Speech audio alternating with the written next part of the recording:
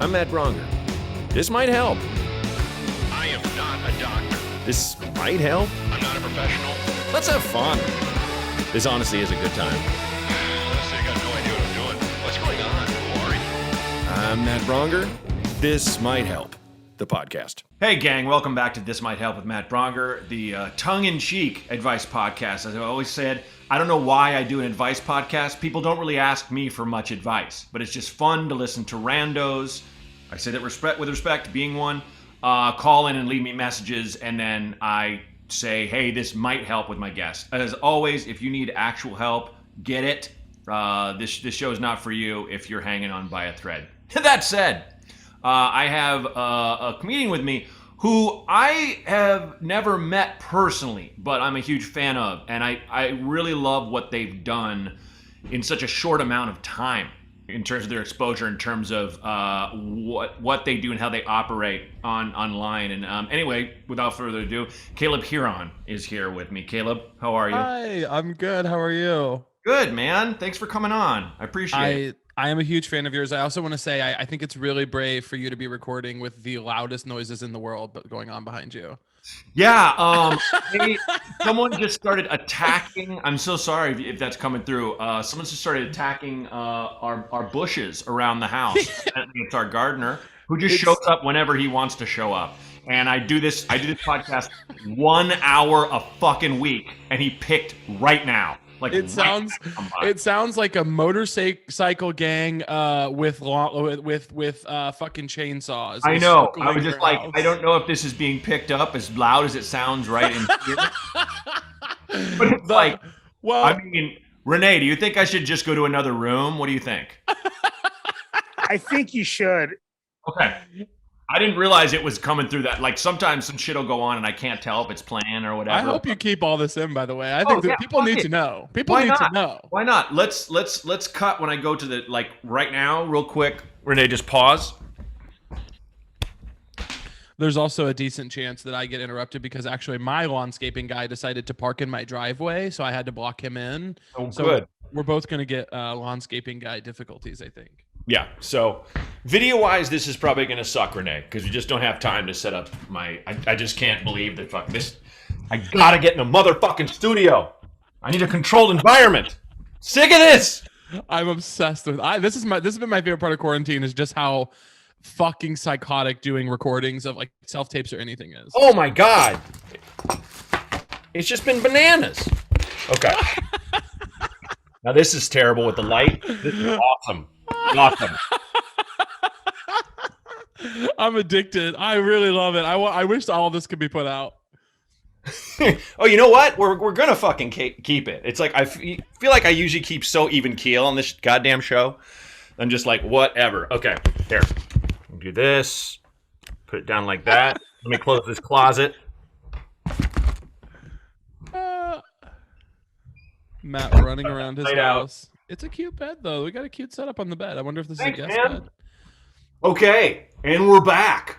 Lighting's weird, but whatever. Well, that's done. Is he following me? I think he's fucking following me. Let's go to my kids' room. It literally sounds like he's moving window to window with you. Oh, it's crazy. Waving. Just waving a fucking weed whacker around. Okay. Now, let's see if I can put it on. There we go. Do this. Put it on the changing table.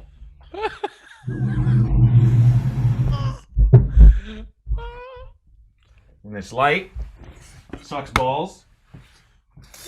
He's going to come back here. He is. He's going to come in. And he's going to pop out of the closet with the leaf blower. Then I'm going to move to the front. So where I was, and we'll have some light again. Okay. Boom. Kid's name in the background. Rose. I'm addicted to the shot. Oh, thanks for your patience, man. I'm chilling. You were mentioning how I was in Gay Town for 2. You were asked about that, and you did. If you don't mind, I'll just ask you. You were talking about You're just like, I don't like gay places. No, it's not for me. I wasn't. It's you know, I love gay people with all my heart. Like I love gay people so fucking much, specifically lesbians, and they're almost never at gay spaces. So that's probably why I don't like gay spaces.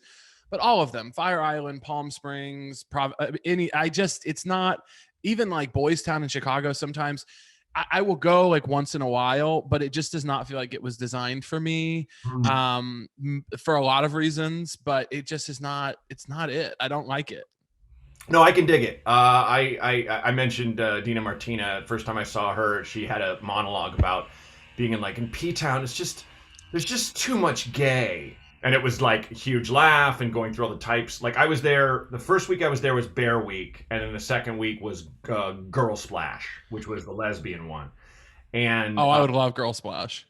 Girl Splash was far, far, far more chill than Bear Week. Bear Week was just, it was very crowded. Like this was when it was on the news that whole COVID explosion had happened in P-Town around the 4th.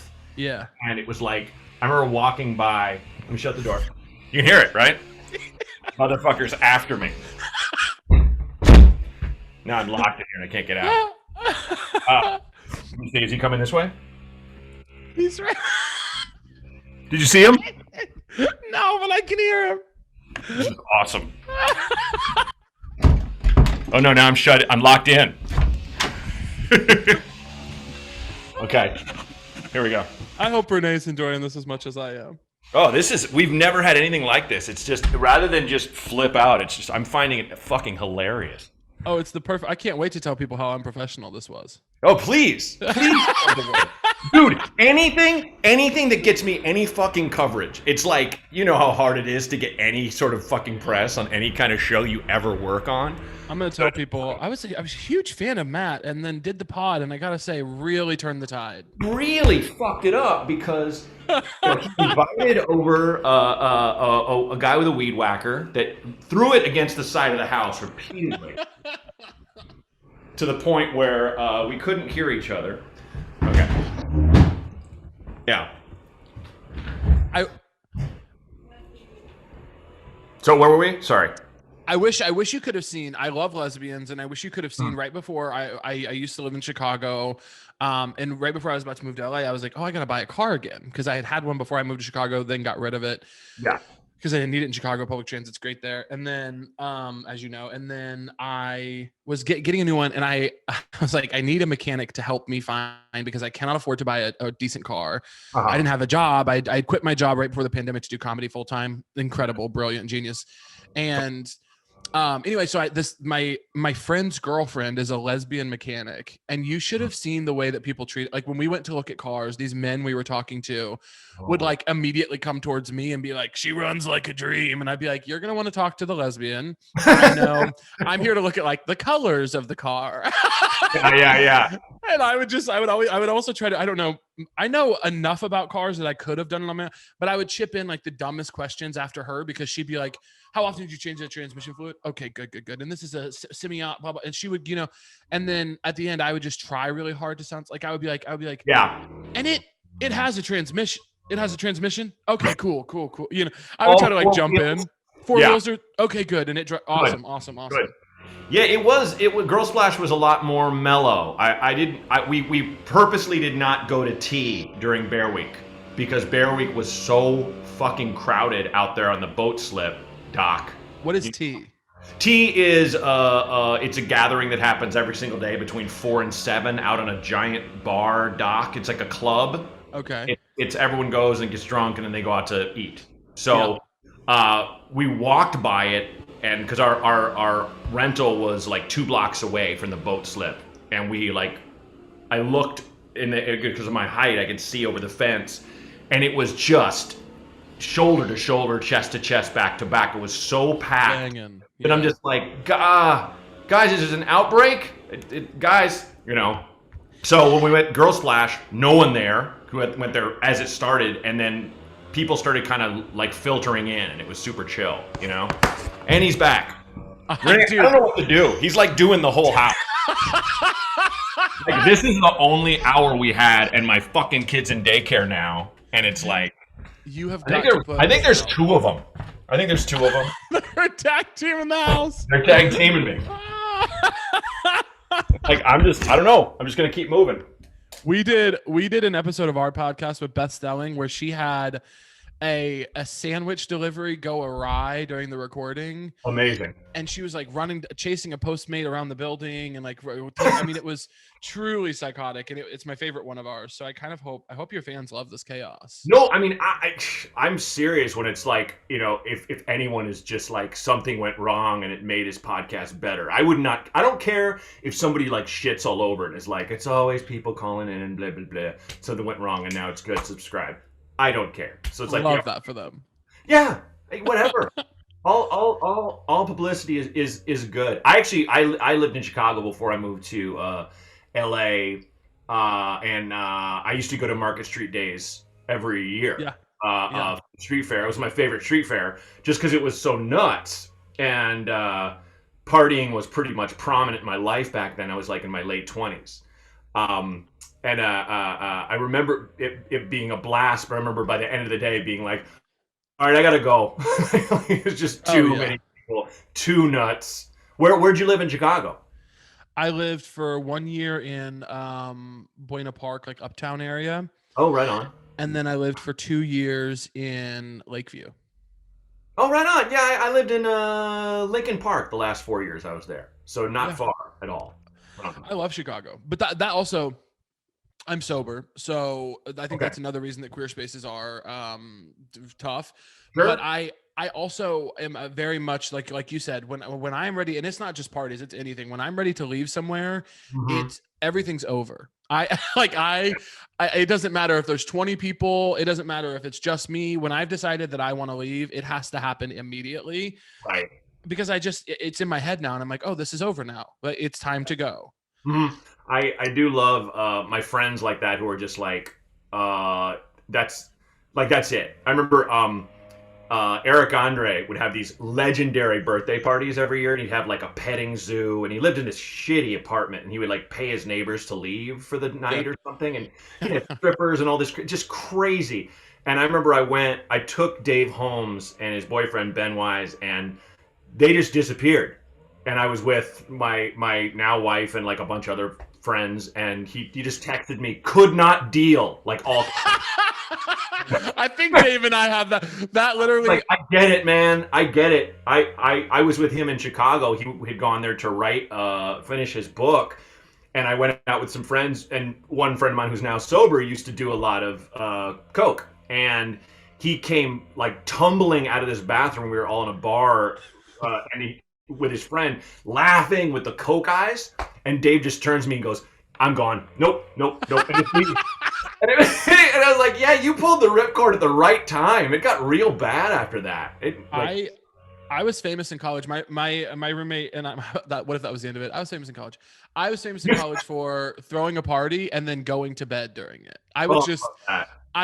We would have 70 people. We had these two balcony apartments my last 2 years of college, and we were friends with people who lived in the one next to us, so we could throw pretty good parties. And we would have 70, 80, 100 people over, and probably about to break this fuck. I think we did break the staircase at one point. And I would just in the middle of it, I'd be like, all right guys, my door is locked now because I'm going to bed. And people hated that, but I'm like, I gotta go, it's over now. Yeah, I did that once when I first moved to Chicago, where I just got wasted, and I think I threw up in the toilet and was like, that's it. It was at my apartment, which was tiny, and I invited all these people from my work, this bar I worked in, and they all showed up late and were like, where is he? Oh, did you hook up with somebody? They think I'm in there with like a girl. No, asleep in my clothes, on my face, on my bed. Like, yeah, fully passed out. When I want to go, I gotta go. Yeah, did you? Was a sober thing just were you never a big imbiber, or was it like you were just like, I just don't need it anymore? And if you don't want to answer, don't. We can also cut this. I'm not going to try to get to the base and the root of you that way. No, we can talk about everything. Nothing's ever off limits for me. Sober is a difficult. Okay, so I am not sober in the way that I ever had a problem. Basically, I never really. I have never smoked weed or done any drugs, period, not once, because I have a bunch of people in my family with addiction problems.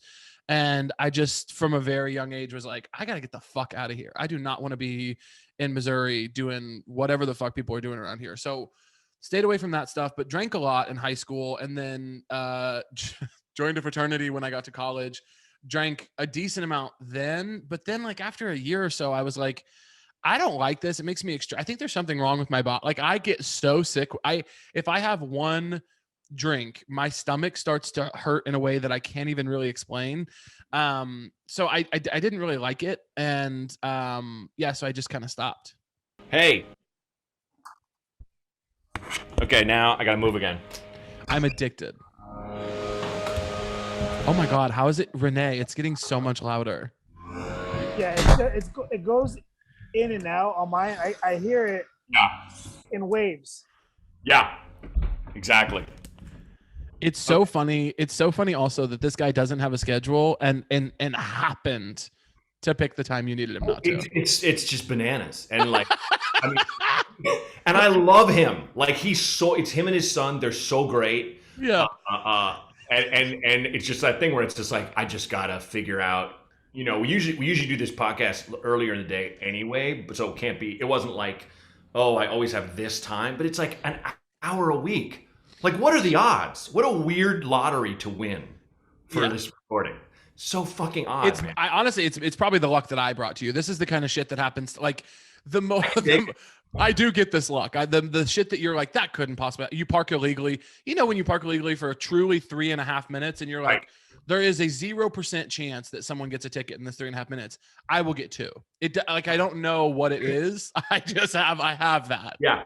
I was thinking about that today. I've been very lucky in life in a lot of ways, but like in the minutia is where I fucked. Like the little things are the ones that are just like, oh, of course that happened.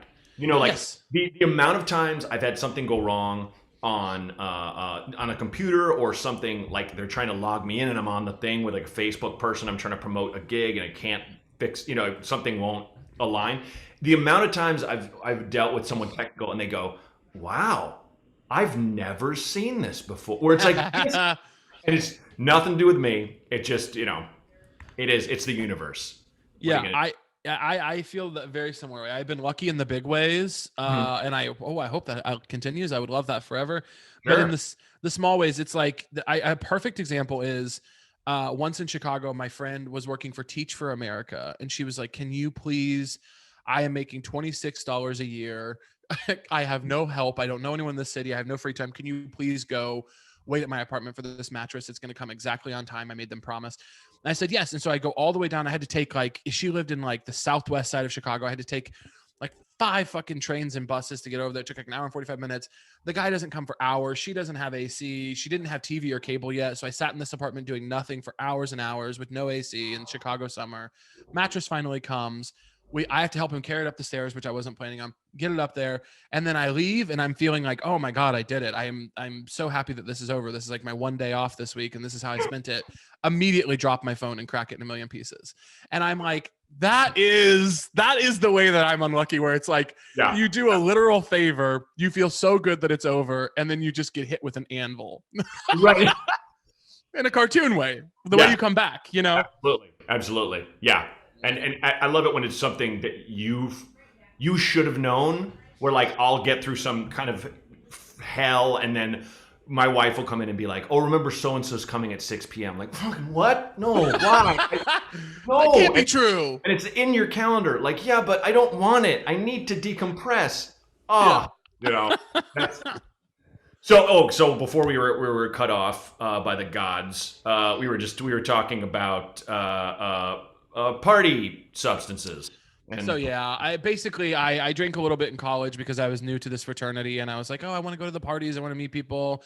I did that, and then pretty much by the time I lived in the house, which was the worst time to decide that I didn't really want to drink anymore, like sophomore year, I was just like, this is not for me. I'm gonna stop trying to force it. And then I pretty much, now I'll do like a celebratory shot if everyone's doing one, or I'll have like a White Claw once every like truly 5 or 6 months, just because I'm out and someone needs to buy a drink because we're out of like, that thing where you're like, we all want to go to another place, but no one really wants to drink. I'm like, okay, I'll buy a White Claw so we can be at this table. whatever. So it's not really a like, oh, I'm sober in the like I've done the steps and I've written letters to people that I wronged or whatever way. It's Yeah. just it's like I don't really do stuff. I've met as many people who are like that than there are people who casually drink or who have made the decision because they had a problem. Like I've known so many people who are kind of like, this isn't my thing, you know, and I don't have to do this to be a man. I don't have to do this to be an adult. This is not a celebration I'm going to force myself to have, you know, and put my body through. So yeah, I also eat like garbage for the most part, and I exercise like maybe a couple times a week, not as much as I should. So I'm like, really, it's also just I have zero inhibitions. I can talk to anybody. I don't really need it to have fun. Yeah. And it's like, oh well, if I can just not do this unhealthy thing, then maybe I can feel less bad about eating like, I don't know, 17 cheeseburgers a week, or whatever I do. I mean, there's that, and it's also, you made the point of you can talk to anyone. That is such a huge one for drinking. I remember I was on a show with Will Arnett, and he was like, he's sober, and he's like, yeah, I'd get together with my friends and drink, and we go, let's get some personality. You know, like that was like how they literally, that was their mentality. It's like they're kidding, but they're not. They're like, I'm not good at talking to people, so I'm going to get hammered, and then I won't care. You know, it's just like sad. So it's rad that you're that naturally well adjusted and outward that, you know, that was never a lock you needed to pick, so to speak. You know. Yeah, talking to people, I love talking to people. It's like the big thing for me. I feel like that really is my like. It doesn't feel like work to me. I like talking to anybody. I'm definitely the type of person who, like, I remember, I remember one time in college, trying to explain to a friend this, like, I got real depressed. I'm talking about college a lot, actually, this episode, but I got real depressed, and I was trying to explain to my friend one of the things that made me the most sad in the world. I was like, do you know when you meet someone and you have a stranger, and you have a really friendly interaction with them, and then afterwards you realize you're never going to see them again, and they have a whole life that you don't know about, and you're never going to, you know, like this, like, and my friend was like, oh, that makes me happy. And I was like, oh, see, that's a great perspective. But talking to people is something that I like. It's like my whole day. Like, I'll spend a week thinking about a person I met at a gas station for 12 seconds. And it now makes me happier, but it used to make me sad. But the point is that it comes easy to me. Yeah, you're thinking into people's perspectives and like backgrounds and what they're going to do next. So you're kind of like seeing, because that to me speaks to your comedy, because so many of the online stuff you've put up is making fun of, I won't even say the minutia, but like something that like, oh, like someone relates to right away. Like I was thinking just the other day, as I was pulling into a parking lot for a Whole Foods, to get specific, and your bit about a person on the phone who is 100% in the wrong. Oh yeah. And you're talking to them, and they will not let you speak. Where you're just basically going, yeah. Well, no, total, yeah, right. No, right. It just kills me because we've been everyone in that equation. We've been the person who's just talking, so they won't let anyone finish. Just like, no, but, and also, and I had this, and they didn't know, but well, they know they're not getting it. My favorite part of those interactions, I'm almost always, by the way, the other person. So most of the little videos I make, I'm like, okay, who's the bad person in this situation? I don't want to be the, I'll play the opposite. But my favorite thing about that, when people are going on and cutting you off, is what's basically happening, I think, is, because this is what happens to me when I'm doing it, they are not getting from you the level of buy-in that they need to feel like this was successful venting. They need you to go, fuck that bitch. She sucks. She should die. Join my team against them. Right. Yeah. And if you don't give them enough of that, they're like, well, also I will say, like, she also, like, 3 weeks ago, they try to like build their case. Yeah. And it's like, I'm just not going to be on your side because you're wrong. No. Yes. Yeah. Someone did a fake Dear Abby once that was in a humor magazine when I was a kid. And I thought it was the funniest shit, where the letters were so long about like, my kids won't stop acting up. I've done everything. I've screamed at them. I've beat them unmercifully. I cry myself to sleep every night. What should I do? Please help. And it was like, Dear Abby is a very prim and proper woman who never wanted to get involved. And so her answer would be like, Dear Down and Out, how very unfortunate. That's all she wrote. And then there was That's so funny. You kind of have to be like that, where it's just like, I look, you know, I'm not going to slag this person who's not here. I know that isn't healing you the way you want it to right now, but I can't join your anger team. Right? I'm sorry. You know? Yeah, it also I sometimes am annoyingly the friend who wants to be fair. So like my friend, like, you know, someone will be all they want, and I've started just asking in the last couple of years. It got me into a lot of trouble there for a while, like interpersonally, that people would be telling me something or venting to me or whatever, and I'm a solutions person, so I just would be like, oh, here's what you need. So I've started asking people, do you want me to agree with you or do you want advice? And I just ask up front, because I'm like, if you want me to agree with you, I genuinely, as long as no one's life is on the line, I don't have this like moral stance I need to take on your coworker being a bitch. So I'll just agree with you. But if you want advice, I like doing that, and that is where I idle. But people don't always want that, so I've started just asking, because it solves a lot of problems. Dude, perfect segue to the calls, because that's exactly what I was looking for. Because I will say, when people call in and leave these messages, more often than not, we're sitting here going, look, you know what you're supposed to do, so I'm just right. It's like everyone kind of has an awareness of what the thing is. You generally need someone else to. I mean, that's what my therapist does, where I'll just be like, is that fucked up? He's like, that's pretty fucked up. You know, like, okay, you know. Yeah. But It's the thing where there's your yard is catching on fire and you have the hose in your hand, and for some reason you're going, should I put the fire out? And it's like, yeah. You 100%, dude. That's the thing. Now or later? Right. When is the good to put a fire? Probably do you now. let a fire burn out? I've heard that's a thing. Okay, so on that note, Renee, let's roll the first call, man. This is perfect. Hi, my name is Singh. That's Tsing. I use they them pronouns. And I recently went through a breakup. And we're on good terms. It's all fine. It was a very good relationship. It was just a matter of distance. But now we're not really talking to each other until we can be normal and be friends again. And that's been really hard. And so whenever I try to talk to people about, like, talk to my friends about it, I feel like I don't really let them know how hard it is, because I'm afraid that I'll, like, be putting the weight on them to take care of me, and I don't want to make anyone uncomfortable or anything, but I think that it's probably best that I do let them know. So I guess my question is, how do I go about telling people that I am struggling without putting on extra pressure to make them feel like they have to fix it? Okay, thank you so much. Have a great day.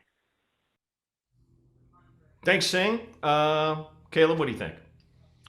The thing that jumps out to me about this is something I've been thinking about a lot lately, actually, which is more often than not, I feel like people who are concerned with it burdening others and edit their behavior according to that concern are not the people that we ever need to be concerned with it. You know what I'm saying? It's always the people, like the fact that the fact that they are even worried about that means they probably already self-edit too much and don't share enough, right, and take care of other people more than they take care of themselves. Because I promise you, the people that share way too much, put burden on people, don't think about the toll they're taking on other people, ask for too much emotional labor, etc. They don't think about it at all. That's why they are, you know what I mean? It's the thinking of it that is like the thing. Yeah. So I think, yeah, tell your friends how you're feeling. That's also the point of friendship. What are we doing if not that? Yeah, I'll never forget one of my closest friends called me out of the blue about 20 years ago and was just like asking for some perspective, because he didn't see the point in so many things, and was like really kind of on an emotional spiral. And it was just like, I was struck by how brave he was by doing that, you know, and I think that's really, I never had that kind of guts. And anytime I really needed help, it's already kind of gone past that. And I had to be like, wait, you know, like, anyway, like not hit rock bottom or anything, but like I never really was like, hey, can I talk to you about this? I do that now, but it was like, that was never, I was always keep everything bottled up inside. I don't think they need to worry about burdening people if they're actually your friends. I felt so honored that my friend called me, you know, and it's the thing where that's so huge. And just be like, life, it kind of sucks for me right now. And that's okay because this will pass. But since you asked, you know, like I remember someone gave me a book of advice from a dad to a son, and it was all very like Hemingway-ish, very one sentence, and like, you know, a lot of it was very helpful and good. But one was, anytime people ask you how you're doing, always say just fine, thanks, no matter how you are doing. And I was like, kind of like, fuck this. Like, sure, a stranger, right? Don't be, if someone's like, hey, how are you? Don't be like, well, I'm still in love with my high school girlfriend. Like, Jesus, you know, like something insane. But if like a friend asks, you'd be like, you know what? I'm kind of going through it right now. It's not fun, you know. And the friend could be like, well, I'm sorry to hear that, or the friend could be like, you want to talk about it? It's like, but at least now they know. I think most of us don't want our friends to hide their pain. I don't know. Yeah, and also I think like a lot of this stuff, like I've just like I said, a lot of my problems have been solved by just being really communicative at the top of a situation. Like I have, you know, you have your little rotation of people that you talk to about the big things, and I'll text, you know, a close friend or my aunt or my mom or whoever I'm trying to like vent to about a situation. I'll just be like, hey, I don't know what you're doing right now, but I really need to be like kind of a whiny bitch about this thing. And because that's how I feel. I'm like, I'm going to for 20 minutes be a whiny bitch. And I want you to do, and I don't want you to interject with like little stories about your life.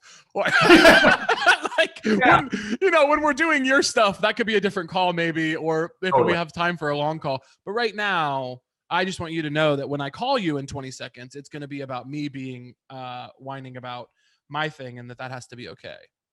Yeah. I will.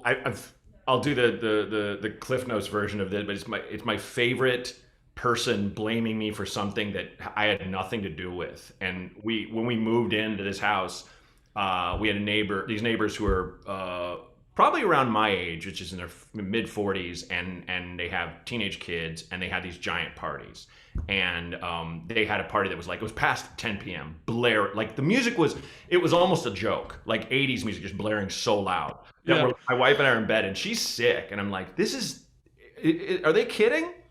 And I went outside in our new house, you know, which needed 1,000 repairs, so it's just like a shack. And I'm like, excuse me, hey, can you guys turn it down? It's after 10. And I just hear, welcome to the fucking neighborhood, over and over and over, from what sounds like two women. I can barely hear them over the hot tub. And I'm like, and then just like, oh, great. And it's like, I didn't have the heart to tell them I've been in this neighborhood off and on since 2003.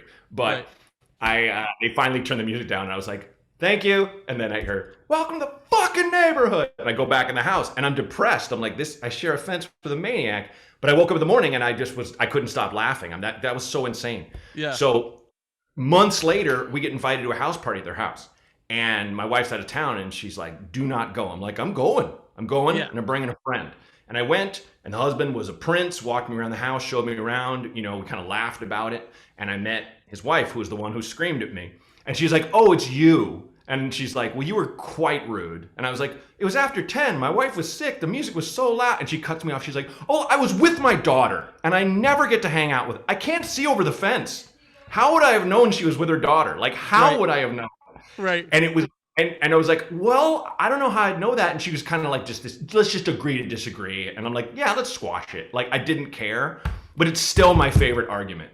So it's like, I still, if if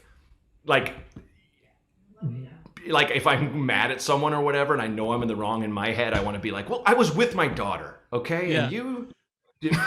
Well, here's a question for you that came up for me during that. Have you always been the guy who yells at the people about the loud music, or is that new for you? No. I know exactly when you can and when you can't. I'll let people blow off steam. I've had loud parties. When I moved to LA, me and Kyle Kinane had an apartment, and we would come home drunk and blare music so loud that our poor neighbor downstairs would come up and bang on the door, and then we open the door, and I'd go, oh, too loud, Sam? And he'd be like, yeah, big time. I felt so bad for him. And I'd see him at the gym and be like, sorry, man. And he's like, God, you guys really got to. It was like sitcom level repetition, the amount of times we would wake him up. It was not cool. I regret it hugely. I got my friend Gabby and I moved into our place in Chicago my second year there, and it was like this little coach house.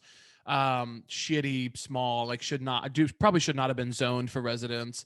But it had like a yard and a deck, and we were like, we're gonna have a bunch of our like comedian friends. I mean, and a comedy party is, of course, one of the most tragic things that can ever exist. It's like there's like 15 people doing like clowning bits, and there's like the music's too loud, but it's psychotic. And so we had this like housewarming party, and every place I've ever moved into, I've taken baked goods or something to my neighbors and said, hey, I'm here now, and this is me. And cool. I had dropped I think I made muffins for everybody around us and dropped little letters and said, hey, we're having this party. Here's my cell phone number. If you need anything, you're welcome to come to the party. Please come by. And I thought, wow, I'm the sweetest person to ever live. There's going to be no problems. We get a letter on our fence the next day, and we went, I mean, the party, we probably, it's like we went until 3 or 4 in the morning, and we got a letter on our fence the next day that was like, hello, new residents of 1345 Westbury. I'll drop the address because we don't live there anymore. Yeah. And they were like, you might not be aware of this, but you have moved into a family neighborhood. And it was like this like screed, this like long letter of like, we would all appreciate it. We've all been talking on the street today about how obnoxious this was, and we would all appreciate. And I was like, and I mean, it was like, we just moved in. Fuck you. Like, fuck your letter. Also, no offense to you, because I know you have a kid, but people with kids have got to shut the fuck up. Nah, I agree with that. I mean, it's just like people with kids think the world stops because they had them, and people that are 23 think that they can have parties until 3 a.m. This is just always going to be the. And I think it's often you have parents, people who saw themselves as very altruistic all through life, and now that they have kids, that stops because my kid is my charity now, and it's my little prince or princess. Yeah, I don't need to think about anybody else because I'm raising and caring for a little one. It's just like. And they're the future of the country and the world. I got to raise them. You can't have parties until 3 a.m. I'm raising the future of the country. Don't you understand? Don't you get it? Noble quest I'm on. Good Christ. Anyway. No, that's fantastic. And like such an ugh. You may not know this. It's like, I don't care to know this. I'm changing it. Yeah, I don't have kids, dog. I don't know what to tell you. Also, if you would have just come over and talked to me in person, I would have been way cooler about it. But when I got the letter, I was kind of like, I want to throw another party tonight. I'm a little pissed off. Yeah. Come knock on my door. I gave you my address. Plus muffins. Like insanity. Okay. There we go. I think Raphael's finished. Okay. I love that for him. I'm happy for him. Me too. I admire his following style. Genius. Okay, so let's roll the second call. Hey, Matt, one of the Mighties here. Love your podcast. Yeah. Love your stand-up. Hey, by the way, I live in LA. Would love to see you again in LA sometime after you're done with whatever tour you're doing at the moment. Anyway, so I need to break up with my therapist. And I know you've given people advice on this in the past. And I phrase it this way as like break up because it feels kind of like that. It feels like I'm breaking up with a significant other. So I've been with this therapist for like 3 years, and I kind of feel like the roles have switched a little bit. Like I'm starting to become her therapist. Partially because her father just died, and so I want to give her a little bit of a break on that. But lately, I've been thinking about this for probably about 6 months. It's just been helpful, but not helpful. And so I feel like I need to kind of cut loose. But what I'm struggling with is how to do it. I'm the type of person who, like, if you step on my foot, I'm going to apologize to you. Like, oh, sorry, my foot was there. And so I don't want to go into that mode of, like, I'm so sorry that I'm doing this, and just apologize. But at the same time, I would like to give a little bit of a reference to her, because I feel like maybe she should go on a sabbatical or something. So I feel like maybe I should mention that. And she's also just kind of lately given me some not so great advice. But at the same time, this is a professional relationship, sort of. Like she kind of crossed some lines that you're not supposed to cross as a therapist. And so like nothing physical, but so I'm just struggling in terms of like, should I kind of cut and run, be like, look, you know, this is why, or if I should give her some like explanation or anything like that. All right, thanks so much. Bye-bye.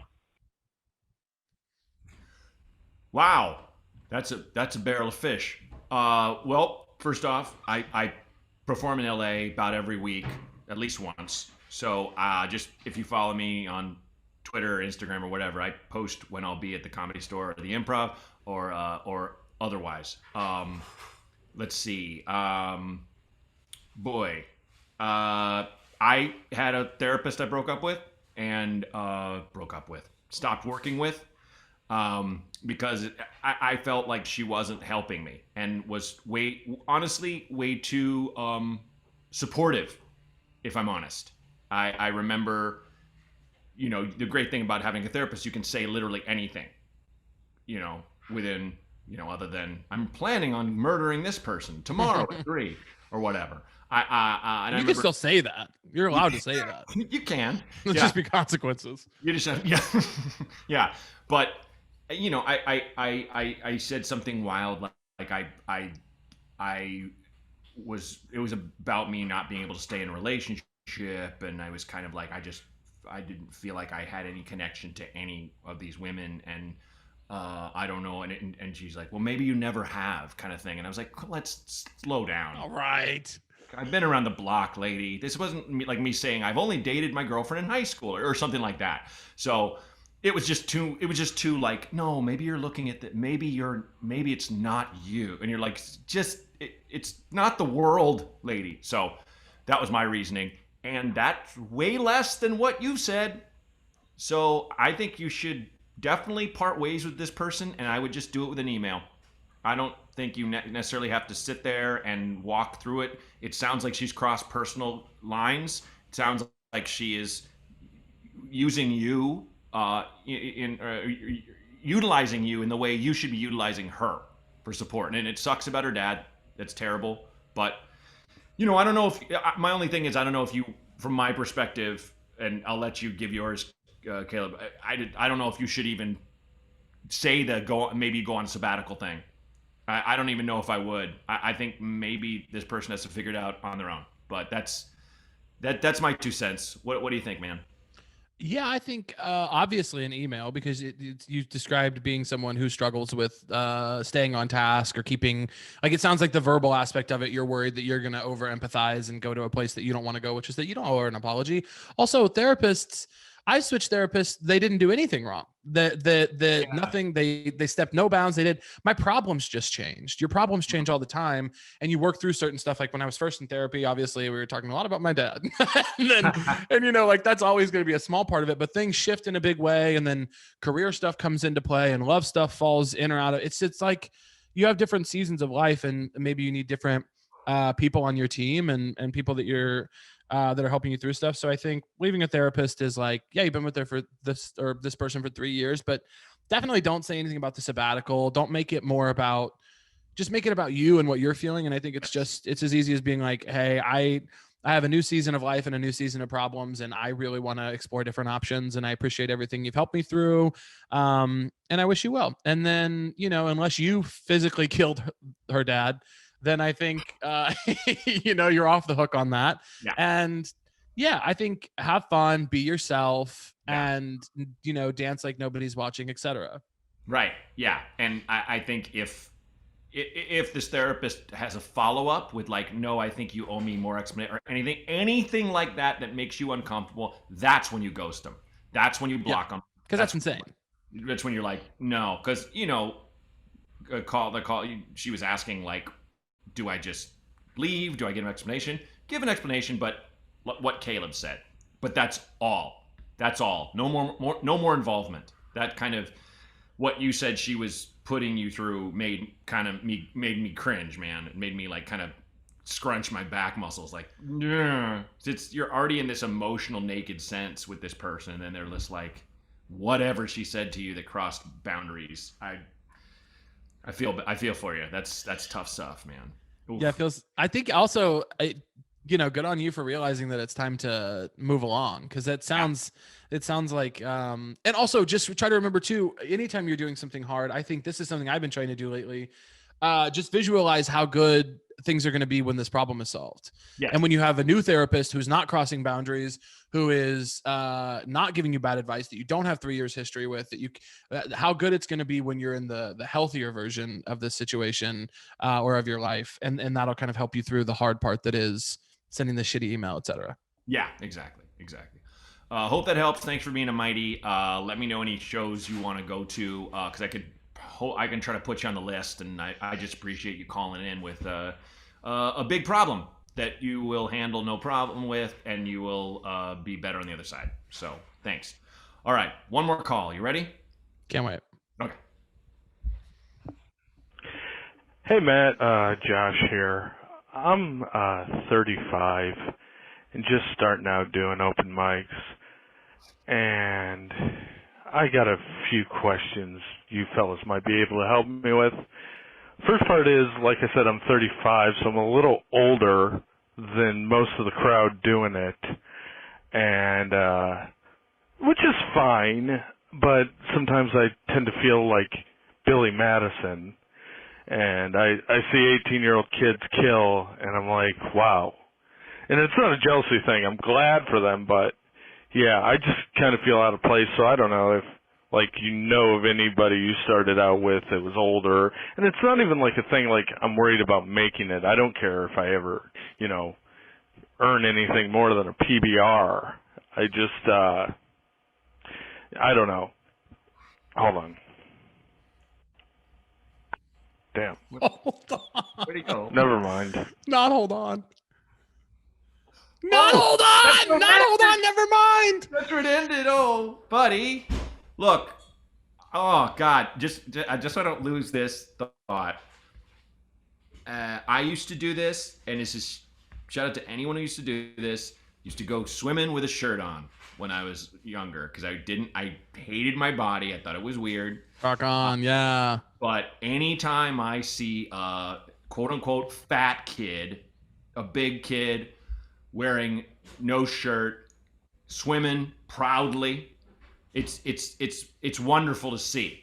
It's anytime I see someone who doesn't have any kind of body issues, and you could visualize someone making fun of them for whatever reason, and they're out and they're swimming, and that's just body. There's also you have to translate that to the stage, because people feed off confidence and self-love, and you have to be that person that just doesn't care.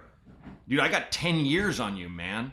And I see young people kill or murder or do stuff that, it's not as funny to me, or it is, but I learned something. It's always cool.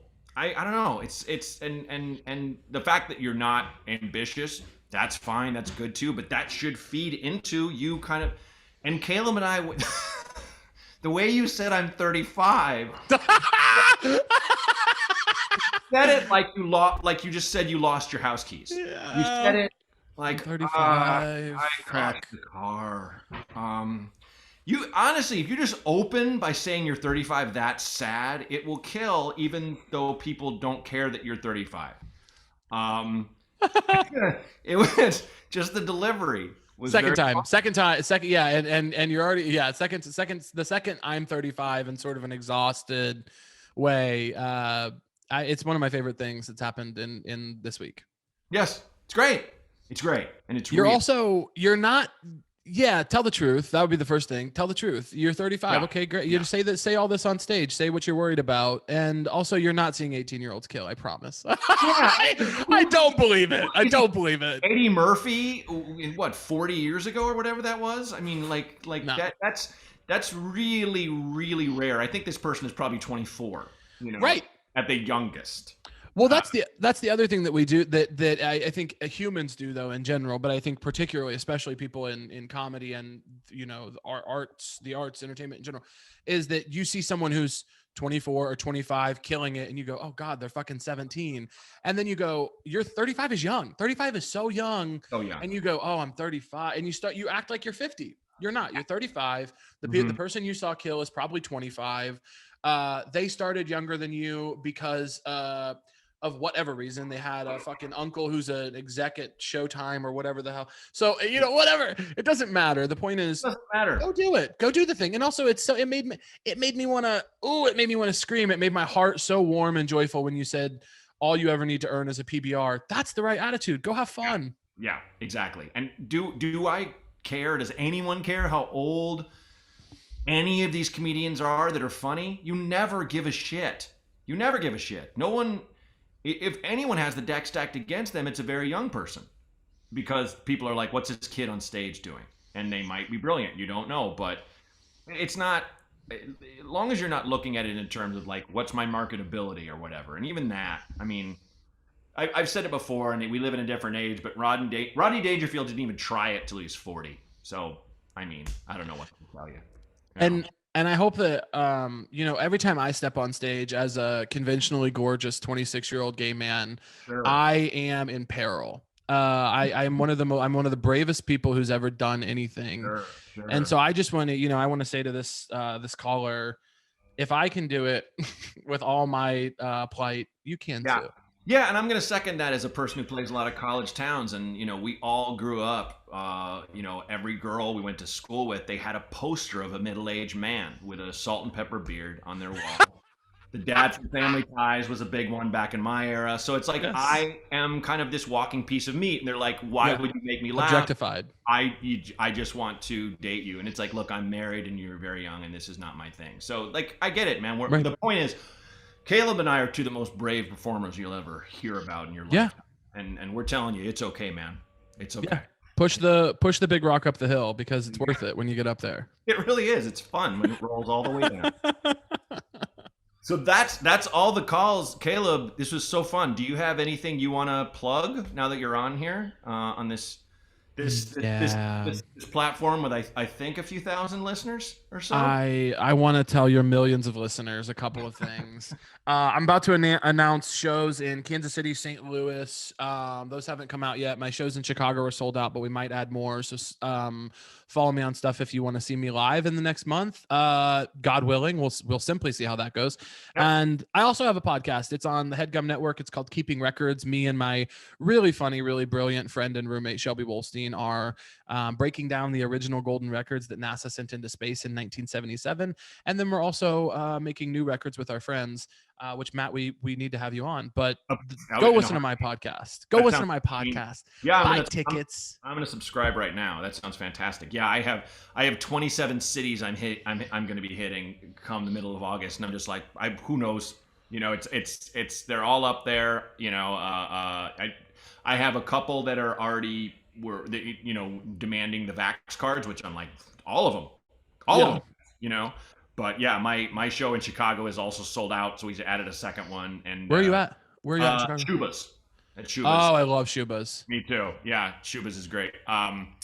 But yeah, so mattbronger.com/tour, and go see Caleb and listen to his podcast. And this was a joy, and I want to especially thank you, Raphael, for showing up wherever you are, boy. We love you. Oh, love you, man. We love you, King. That was I was so glad that you rolled with it and thought it was so funny, and that shout out to Renee for even being like, this is gold, this is so fantastic, and visually this is so funny, because it was like I tried not to flip out and be, because I felt so bad. You came on my podcast and it's just like burn, and it was a thing where you're like, it's so loud, and I'm like, oh, can you hear it? And you said that, and I was like, damn it, my favorite thing, it's raring back for the end. My favorite thing in all of comedy is and always has been chaos. I love when everything goes wrong. I think it's the funniest thing in the world. Yes. Yeah. My favorite set I've ever done. I was trying to test 10 new minutes because I had a thing coming up that I wanted to have 10 new minutes for. And the first like setup out of my mouth, I got involved with this heckler, and we ended up talking for like 15 minutes. I ran the light by quite a bit. And it was my favorite set of all time. And it was horrible. I mean, it was just me ripping on this dude. And like him, like we have a conversation. I think we had a conversation about his life, but yeah, I love when shit goes wrong. I think it's the best. Yeah. And there's nothing worse than something going horribly wrong and someone just trying to plow through their set because they really want to do their set. And it's just like, no. Pivot. This is the moment now. That guy just vomited, and he's masturbating. You gotta talk about one of those things. Yeah, I know you wanted to have your pristine set, but it's the vomit and jerk off show now. It so is. you gotta move. You gotta react. And God, if that isn't life, I don't know what is. You know. I gotta hop off here and Dude, let this my is gardener great. out. Thank you so much for coming on, Caleb. I will. Thanks for having me, dude. Of course, I'll hit you about your podcast, and good luck on the tour, man. Hope to see you in the hood. Please, yeah. And Renee, thank you so much for your help. I appreciate you. Bye-bye. Thanks, guys. All right. See you, buddy. Well, that was random, chaotic, and amazing. Thank you, Caleb Hearon, for being on the show and for dealing with the clipper or the weed blower, whatever it was. If you'd like some advice, I have some heavy hitters coming on the show, and I'm going to be doing a solo one by myself real soon. So anything you want to ask, advice, whatever, call 323-763-0228. Again, that's 323-763-0228. And thanks. This Might Help with Matt Braunger was created and hosted by me, Matt Braunger. Produced by Outer Circle Media. Executive producers Matt Kleinschmidt and Robert Kelly for the Laugh Button Podcasts.